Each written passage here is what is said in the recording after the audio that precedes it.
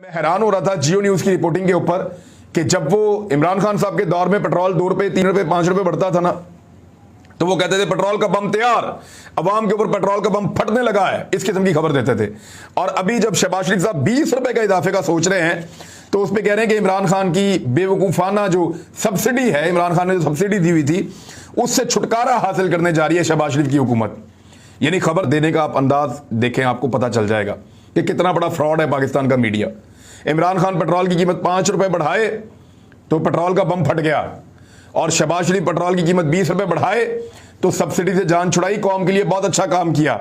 यह है तरीका वारदात। शहबाज शरीफ की हुकूमत आने के बाद दरियाए सिंध में जो जमीनों के ऊपर पहले कब्जा हुआ था, जिसको इमरान खान साहब ने छुड़ाया था, लोगों ने जाती शिकारगाहें बनाई हुई थी सरकारी जमीनों के ऊपर, वहां पे कुछ जंगलात लगाए थे और कुछ जो है वो वहां पे जंगली हयात के लिए काम किया था। इमरान खान साहब की उस्मान बुज़दार हुकूमत ने उनके ऊपर